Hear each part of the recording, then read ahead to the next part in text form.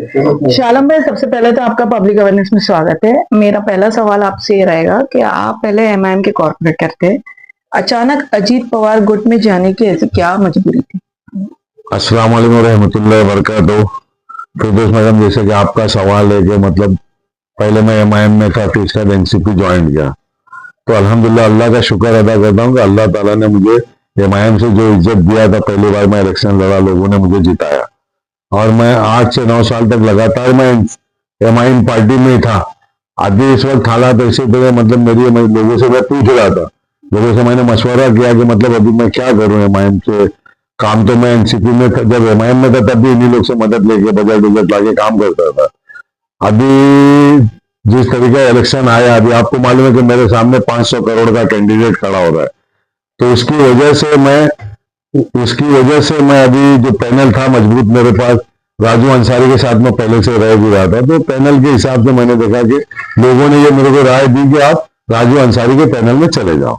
बस ये एक वजह थी एनसीपी ज्वाइन। क्या यह फैसला विचारधारा का या सिर्फ सत्ता के करीब जाने का था? नहीं, सत्ता देखो, ये कौन सी गटर नाले का इलेक्शन है? सरकार और कानून बनाने वाले तो इलेक्शन है ही नहीं, समझ गए? तो इस हिसाब से ये इलेक्शन ज्यादा था, देखो चेहरे के बेस के ऊपर इलेक्शन होता है, तो बस इस वजह से मैं उनके साथ में इलेक्शन लड़ रहा हूँ। भाई, हमेशा जो है ये चर्चा रही है कि आप एनसीपी से जुड़े रहे हैं, तो फिर एमआईएम में जाना और वापस लौटना यह जनता का भ्रमित नहीं करना लगता आपको? नहीं, देखो ऐसा है ना कि देखो एनसीपी के साथ में मैं नहीं था। आप बता दी, एक भी वीडियो मेरे को बताया कि मैं एनसीपी के साथ, लोगों का जवाब मैं दे रहा कि कभी मैं सिर्फ जफर नुमानी और राजू अंसारी को छोड़ के आप लोग बता दीजिए कि मैं किसी एनसीपी पार्टी के या और किसी के साथ में रहूंगा, कभी नहीं रहा। उसकी वजह भी ये थी कि मैं एक अकेला नगर सेवक था, तो मैं अकेला क्या करूंगा, तो कोई तो चाहिए ना मुझे, और मेरे ताल्लुकात इनके साथ में थे, तो उस वजह से मेरा उन्हीं के साथ उठना बैठना घूमना फिरना रहता था, और कोई वजह नहीं थी। भाई,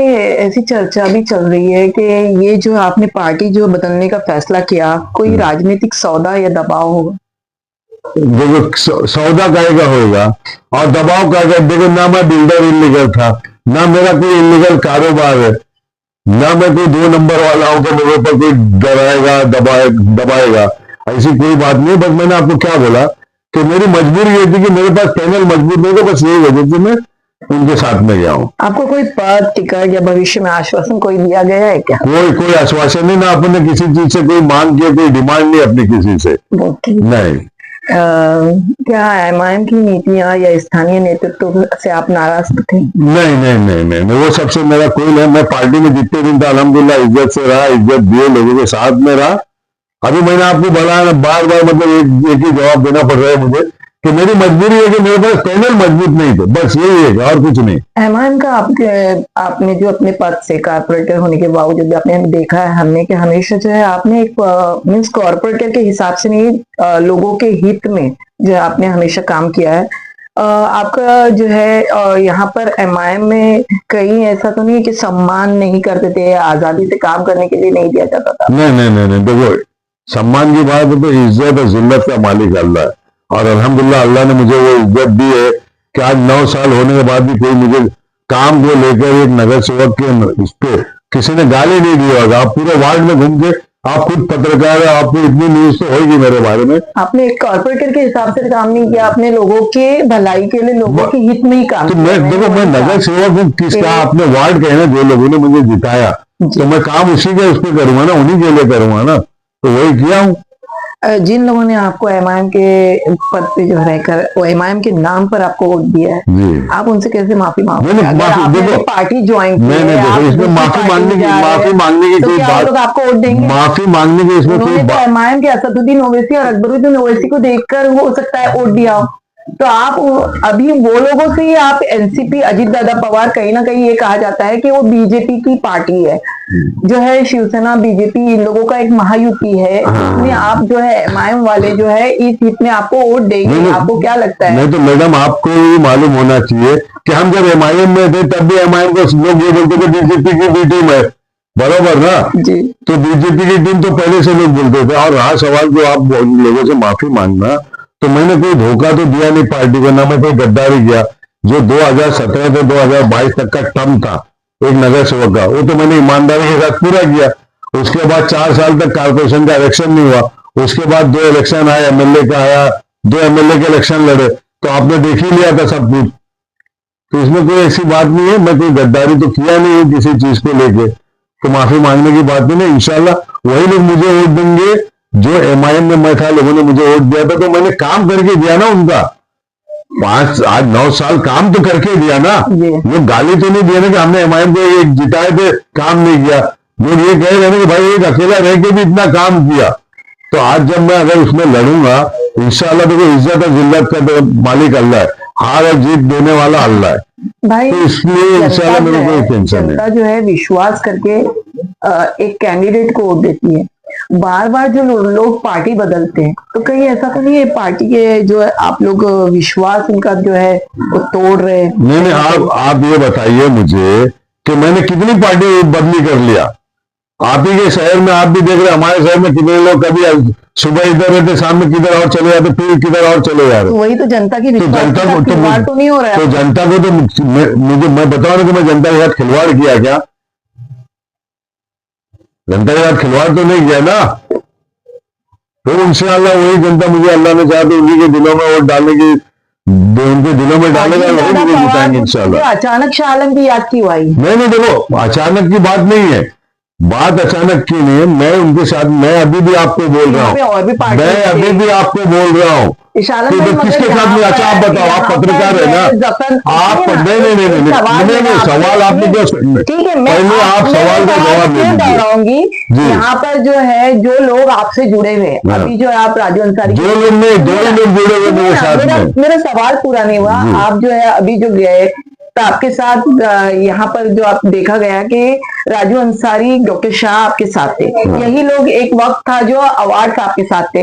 तो अभी कहीं ना कहीं अभी ये लोग जो है नजीब मुल्ला में शामिल हुए, मगर उस वक्त जो पीरियड था तो वो अवार्ड साहब के साथ का भी था। तो पार्टी तो अवार्ड साहब की भी यहाँ पर थी, सिर्फ आपको अजीत दादा पवार गुट के ही लोगों ने आपको याद क्यों किया? नहीं, अजीत पवार के गुट के लोग नहीं है, देखो वो 3 लोग हैं जिनके साथ मैं शुरू से रह रहा हूँ जी। चाहे वो शरद, वो जितेंद्र अवार्ड की पार्टी थी तब भी वो लोग उधर थे, और वही पार्टी के लोग अभी एनसीपी अजीत पवार में, वही तीनों के साथ मेरे ताल्लुका। तो कोई चौथा दिख रहा है क्या आपको? मुझे, मैं और किसी के साथ दिखा गया कभी आपको? तो कहीं चुनावी ये गणित या विचारधारा का नहीं, देखो राजनीति, मैंने आपको बार बार बोला, आप कौन से हिसाब से सवाल करो मेरे साथ। विचारधारा देखो, मेरा आज भी विचारधारा सऊदीन अवैसी वाली रहेगी, मेरे शहर के लिए रहेगी, मेरे कौम जो मेरे लोग हैं, मुसलमान के हित की जो बात रहेगी वहां हम रहेंगे, ये मेरी विचारधारा रहेगी। यहाँ पर जितने भी लोग आवाज आपको छोड़कर गए, हर कोई जो है विकास और निधि को लेकर जो है नजीब मुल्ला में शामिल हुआ है, क्योंकि लगता है लोगों को कि निधि यहाँ ज्यादा है, यहाँ डेवलपमेंट अच्छा होगा। आवाज साहब ने कोई डेवलपमेंट नहीं किया, ये हमेशा अभी जो जितने लोग छोड़कर गए वो यही दावा करते हैं। आप भी जो गए हैं वो या तो निधि या डेवलपमेंट को देखकर गए या कुछ और मतलब से? तो निधि का, निधि जो अगर मैं ज्यादा निधि लाऊंगा तो मैं अपना घर बनाने के लिए ला रहा हूँ क्या? निधि काय के लिए मैडम? निधि जो लाऊंगा तो शहर जो मेरा वार्ड रहेगा उसी के डेवलपमेंट के लिए लाऊंगा ना, कि मेरा घर बनाने के लिए लाऊंगा? तो ऐसा लगता है आवाज साहब ने कोई डेवलपमेंट मेरे उनसे लेना देना नहीं, आप भी जानते हैं। मैं आपको क्या बोल रहा हूँ कि जो सवाल आप कर रहे हैं कि जितेंद्र अवार्ड साहब, तो आप बताओ ना कि जितेंद्र अवार्ड साहब का ये 4था टर्म चल रहा है, बराबर ना? आमदार क्यों चुनते, नगर सेवक क्यों चुनती पब्लिक? कि भाई गटर, नाला, रोड, लाइट, साफ सफाई इसी के लिए चुना जाता है ना। और आमदार किस लिए चुनती है? कि वो प्लानिंग बनाता है अपने शहर को डेवलपमेंट के लिए, अपने शहर में क्या लाना वो आमदार का काम है ना, स्टेट गवर्नमेंट वाला। तो हम तो गटर नाले का इलेक्शन लड़े तो गटर नाले की बात करेंगे। उसके बाद जो आपने सवाल किया तो आमदार से आप सवाल करो ना, कि आप ही बताइए मुझे, मैं आपसे सवाल कर रहा हूं कि आमदार साहब से आप पूछो ना कि सर आपने आमदार के हिसाब से जो आपका काम था कि यहाँ एक कॉलेज लाते, एक स्कूल लाते, रईस अहमद को आप देख लो, भिवंडी का एमएलए, नहीं, आप बताइए ना उनका डेवलपमेंट ला के दिखाओ ना आमदार का। देखो गटर नाले का काम किसका था? नगर सेवक का था कि आमदार का था? किसका है वो काम? कारपेंटर का है ना। तो कारपेंटर के हिसाब से या तो आपके जो कारपेंटर उस वक्त आपके साथ में उन लोग ने काम नहीं किए, अगर आप क्रेडिट दे रहे हो। कारपोरेटर भी तो यही नाराजगी कि हमारे काम को अपना काम बताए, तो वो आप उनसे सवाल करो ना, उनके सवाल का जवाब मैं तो दे नहीं सकता। आपके मैं उस सवाल का जवाब दे रहा हूँ कि आमदार का, तो आमदार का जो काम होता है कि वो यहाँ पे एक स्कूल लाते, आपने बनाया क्या एक भी स्कूल? आप बताइए, आमदार साहब ने कोई कॉलेज लाया क्या बच्चियों के लिए? बताइए। आप हाउसिंग मिनिस्टर थे, कोई पॉलिसी लाए क्या? मुंद्रा के अंदर 16 से 1700 बिल्डिंगें जर्जर है, उनके लिए कोई पॉलिसी लाए थे क्या? बंबई में आपने लाया, मुंद्रा शहर में लाए क्या? तो ये सवाल तो आप लोग को उनसे करना चाहिए, लेकिन पत्रकार हर सवाल नगर सेवकों से, नगर सेवक का काम है गटर नाला साफ सफाई, इसी का पॉलिसी बनाने का काम किसका है? आमदार का और खासदार इनके रहता है। नगर सेवक तो पॉलिसी नहीं बनाता ना, तो आप लोग ये सवाल करें कि हमने तो नहीं देखा। आप एमआईएम क्यों छोड़ा? ये वादा किया था 1 रुपए में पानी देने का, ये पानी विकास के काम देखो वो छोड़ो, ऐसे बहुत से वादे किए शहर के आमदार ने, सवाल किए क्या? नहीं, असद साहब ने जो सुनो ना, असद साहब नहीं क्यों? क्यों नहीं? ऐसा लग रहा है कि एमआईएम का यहाँ पर कोई वजूद नहीं है? नहीं, ऐसा कोई, देखो कोई पार्टी का वजूद खत्म होता है या नहीं होता, किसी के जाने आने से नहीं खत्म होता है, समझ गए? असद साहब ने जो काम किए थे, जो जहां भी किए उन्होंने किए। असद साहब, आप असद साहब का 1 रुपये वाला वादा याद है, और आपको आमदार का यहाँ 50 वादे करा गया, वो नहीं आप लोग को याद है? वो याद करवाना चाहिए ना कि जो यहाँ के लोकल आमदार है 16 साल से, उन्होंने भी तो बोला था हैंगिंग मार्केट ला रहा हूं मैं, वो ला रहा हूं। कभी सवाल किया आपने? 50 साल तक रोड में ट्रैफिक नहीं होगी, पूछा कभी जाके आपने? सारे मसाइल आज भी मौजूद तो पूछो ना उनसे जाके सवाल, तो उनका काम है, नगर सेवक का काम है क्या? नगर सेवक स्टेट गवर्नमेंट से बजट लेके आएगा क्या ब्रिज बनाने के लिए, कॉलेज बनाने के लिए? मैं फिर से एक सवाल करती हूँ, बिल्कुल सवाल करेंगे। पार्टी अजीत दादा पवार ही क्यों चुना? मैं देखो आपको, अच्छा किसके पास जाऊं? कौन सी पार्टी बताओ? आप कौन सी पार्टी बताओ? बताओ ना कि कौन है शहर में? आप पार्टी तो दिख नहीं रही है। कौन? और दूसरा कोई दिख रहा? दूसरा और कोई दिख रहा है क्या? कांग्रेस का कुछ दिख रहा है क्या? कांग्रेस कोई तो फिर कौन दिख रहा है? तो फिर जब मैं उनके साथ में शरद पवार है, भी अजीत दादा पवार, तो उसी हिसाब से अजीत दादा पवार। मैंने आपको क्या बोला कि मैं जो गया हूं, मेरी मजबूरी ये थी कि मेरे पास पैनल मजबूत नहीं था, बस। दूसरा और कोई ना अजीत पवार से मैं पैसा ला रहा हूं अपना घर बनाने के लिए, ना नजीब मुल्ला से पैसा ला रहा हूं अपना घर बनाने के लिए या घर चलाने के लिए, समझ रहे ना? अगर सत्ता भी बदल जाती है तो भी आप पार्टी चेंज नहीं करोगे? देखो वो वक्त, वो देखो आगे पहले तो इलेक्शन तो होने, क्या होगा किसका क्या होगा वो बात की बात है। लोग कैसे जिधर सत्ता होती है वहाँ पार्टी, जिस पार्टी को मैंने ज्वाइन किया था 9 साल दिया ना एकदम ईमानदारी से, तो अभी तो 9 घंटे ही हुआ यार भाई। अभी भी बोल रहा हूँ, अगर इनकी पॉलिसी पार्टी चेंज करोगे? नहीं, क्यों? देखा जाएगा इंशाल्लाह जब हालात कैसे रहेंगे। मैंने क्या बोला कि मेरी विचारधारा एकदम असदुद्दीन अवैसी के, भले मैं पार्टी मेरी छोड़ा, मेरा लीडर मेरी पसंद असदुद्दीन अवैसी है। Okay, that's all. अगर असद साहब आपसे वापस बुलाते हैं, आप चले जाएंगे?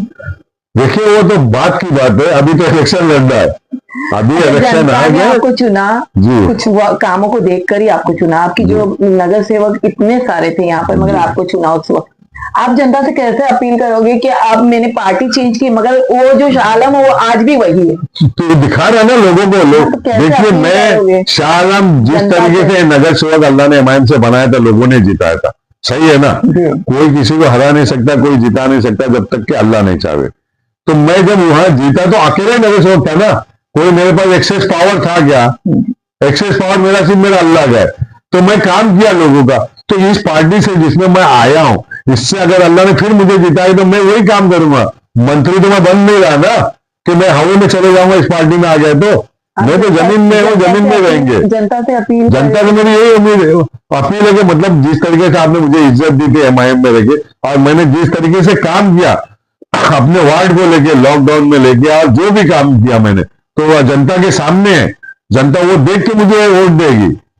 मुझे जो जनता वोट देगी वही देख के देगी ना कि मैं उनके साथ में अकेले रहने के बाद भी इतना काम करके दिया। तो इंशाअल्लाह मेरी जो सोच है वो अल्लाह ताला अगर वो जिताएगा तो फिर मैं काम, फिर वापस से, मुझे जमीन से जुड़ा हुआ मैं आदमी हूँ, जमीन पे रहता हूँ, मेरे पैर जमीन पे। तो इंशाअल्लाह पूरी उम्मीद है कि जनता मुझे फिर जिताएगी। शुक्रिया।